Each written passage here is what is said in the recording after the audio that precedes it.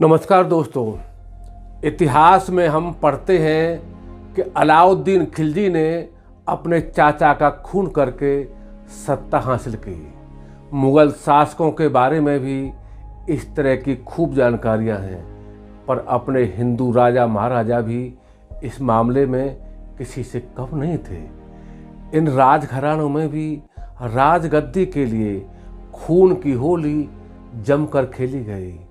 कहने को अब इनकी शान में कितने ही कसीदे गढ़े, इनकी बहादुरी के कितने ही हवाई पुल बांधे, पर वास्तव में इनकी इन सब गलतियों का परिणाम देश की जनता ने करीब 2.25 साल तक अंग्रेजों की गुलामी के रूप में भुगता। सबसे पहले मौर्य वंश की बात करें तो ईसा पूर्व सम्राट अशोक ने अपने भाइयों की हत्या करके राजगद्दी प्राप्त की। बाद में उनका हिंसा से मोहभंग हुआ, उन्होंने बौद्ध धर्म ग्रहण किया, पर मौर्य वंश के अंतिम शासक बृहद्रथ मौर्य की हत्या करके उसके सेनापति पुष्यमित्र ने राजगद्दी प्राप्त की।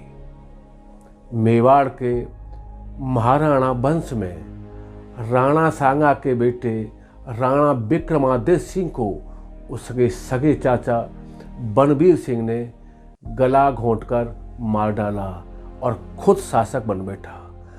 उसने उदय सिंह के प्राण लेने की भी कोशिश की, लेकिन पन्ना धायक ने अपने पुत्र चंदन को उसकी जगह सुलाकर उदय सिंह को बचा लिया, वरना महाराणा वंश का इतिहास ही कुछ और होता। यह वही उदय सिंह थे जिन्होंने राजस्थान में उदयपुर नगर बसाया और मुगलों से जिंदगी भर टक्कर ली। आमेर के मिर्जा राजा जयसिंह की मृत्यु के बारे में कुछ इतिहासकारों का कहना है कि उन्हें उन्हीं के सामंतों ने जहर दिया था। इसके विपरीत कुछ यह भी कहते हैं कि उनके पुत्र कुंवर राम सिंह ने औरंगजेब के इशारे पर जहर देके मारा था। महाराजा सवाई जय सिंह द्वितीय और उसके भाई विजय सिंह के बीच खूनी संघर्ष चला। एक बार को विजय सिंह ने मुगल शासक के माध्यम से उसे अपदस्थ कराकर राजगद्दी पे खुद कब्जा कर लिया। बाद में जय सिंह ने उसे बंदी बनाकर मरवा दिया।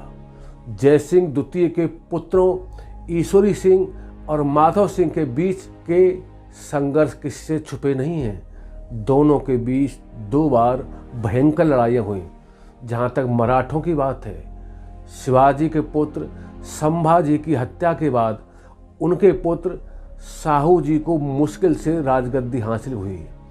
पानीपत के तृतीय युद्ध में पराजय के 4 महीने बाद जब पेशवा बालाजी बाजीराव की मृत्यु हुई, तो उसके पुत्र माधवराव को पेशवा की गद्दी संभालने में सगे चाचा रघुनाथ राव उर्फ राघोबा ने अड़ंगे लगाए। दुश्मनों को भड़काने के दुष्चक्र रचे। इसके बाद के उत्तराधिकारियों में भी सत्ता संघर्ष रहा। इसी के चलते मराठा सल्तनत का पराभव हो गया और अंग्रेज काबिज हो गए।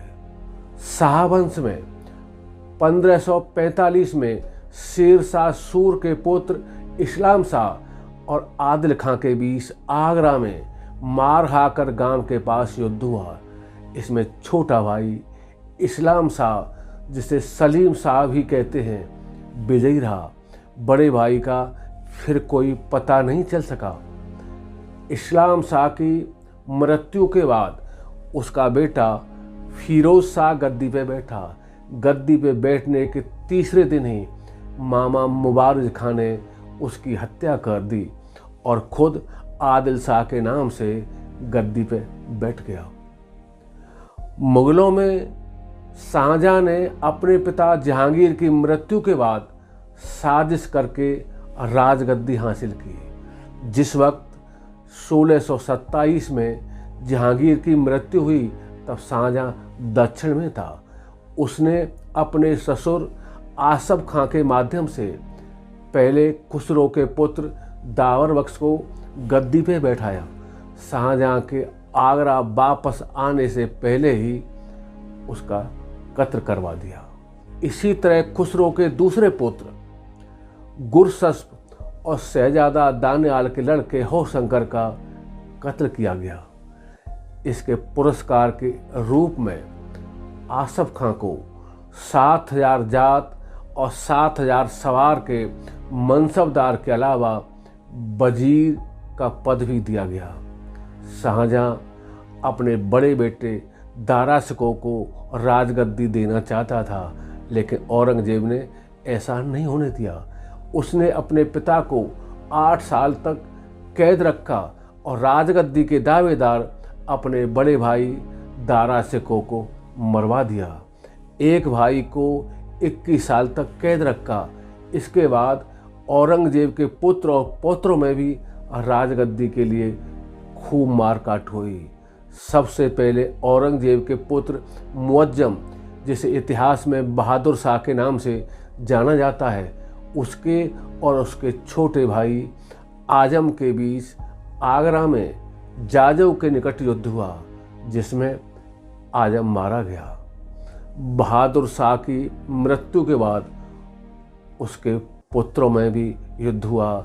जय हिंद, जय भारत।